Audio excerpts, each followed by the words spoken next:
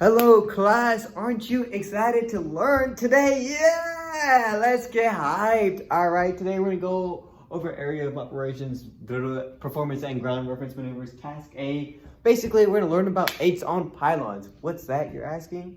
Well, that's, as we just said, is a ground reference maneuver. So we're gonna be looking out and we're gonna have a reference point slash pylon and we're gonna be flying around it, and this is gonna be a pretty advanced maneuver. I'm gonna be honest with you, this is the hardest ground reference maneuver you are going to learn. But you, as the pilot, are going to conquer it. Yes, you have the capability to do so.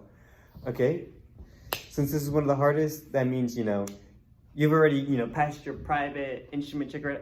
Hopefully, instrument check ride, because you could theoretically get this. All right, that's a tangent you don't need to worry about. But, you should already be well familiar and well coursed. And, some references that we're using is the Airplane Flying Handbook, some AC Ascendance Maneuvers Guide. Yeah.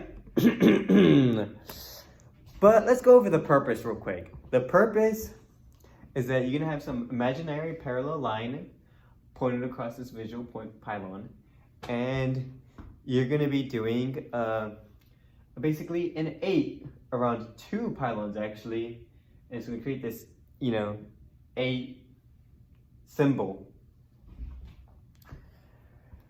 The techniques involved, are quite difficult. You're gonna need to maintain accurate coordinated control while keeping outside references aligned, and that's a skill that your DP is going to be looking for. So it's important that you keep that in mind. Probably one of the biggest things that you're going to be that's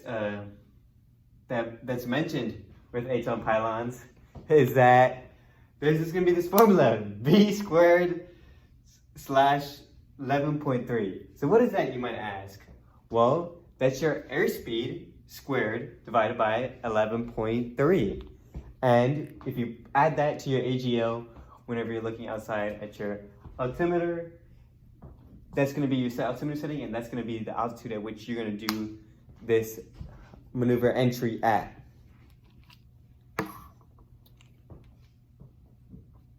In case this doesn't make sense to you, right? This perfectly good drawn pair of 8 on pylons,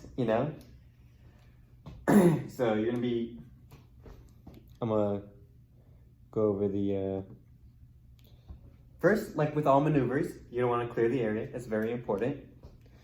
You're gonna have, hopefully you have done this. We do these at 100 knots, and so you're gonna do that formula there with the 100 squared divided by 11.3 plus your AGL, and that should give you your altitude. Once you got the altitude select, and you got the airspeed maintained, you clear the area, you're gonna select a pylon. Typically here in Bakersfield, I have a nice spot somewhere in Delta Low that's like of a tree and a pond, but basically you wanna select 2 isolated points.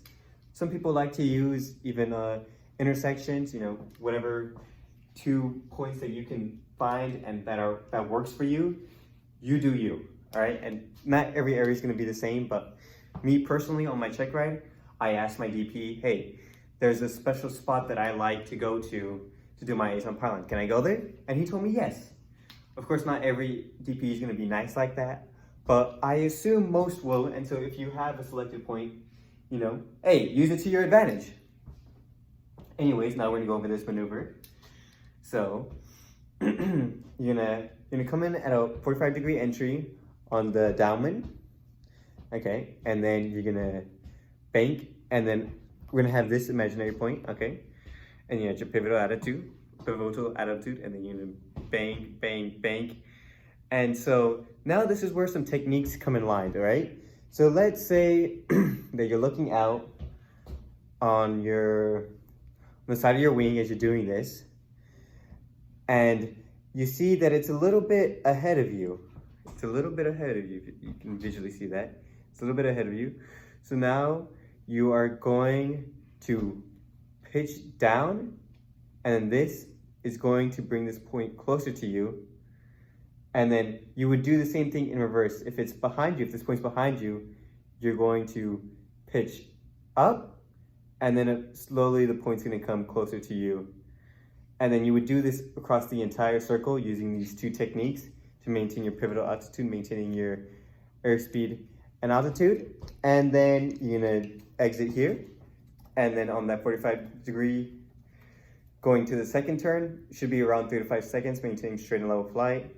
And then there's gonna be the second point over here, and you're gonna do the exact same turn using those exact same techniques to do this maneuver. And then eventually you're just gonna exit on the same entry you did, and that is your It's On pylon.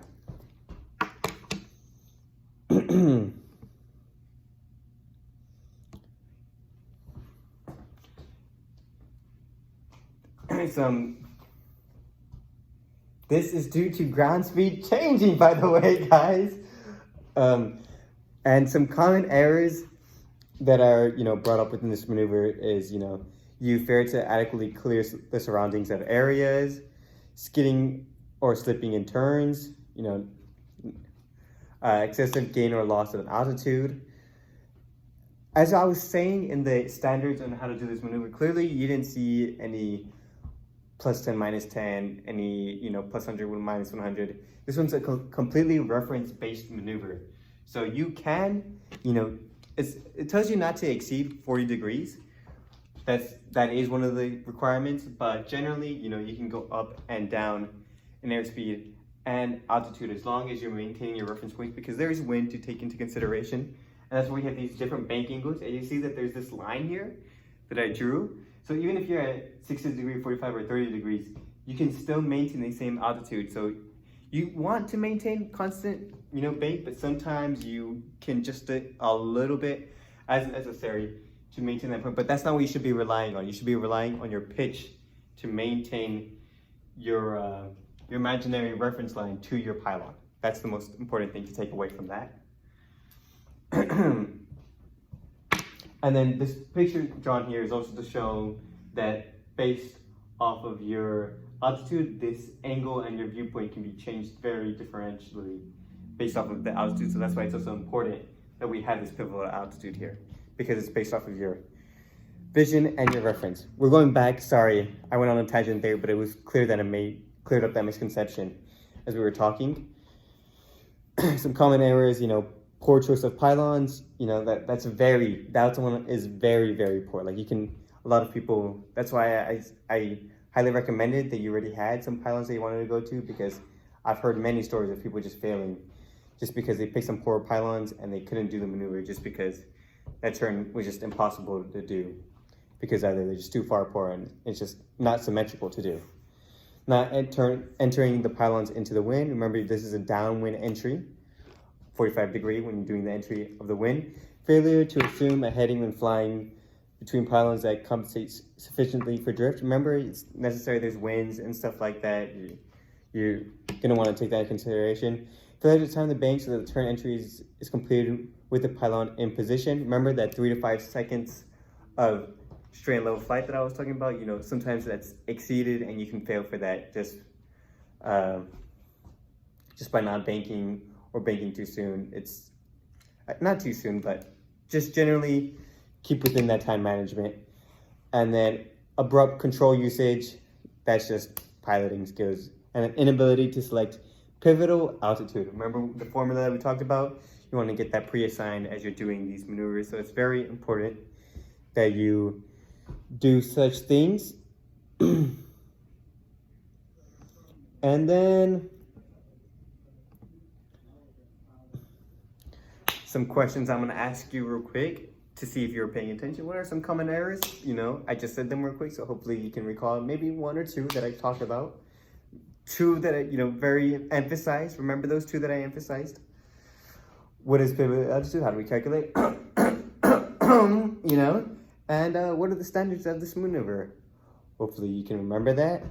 And that is how you complete one of the hardest ground reference maneuvers you are going to do. And this is Ivan Carreno here, teaching you how to do 8s on pylons, and this is me totally not dragging out some extra time to reach the 10-minute requirement.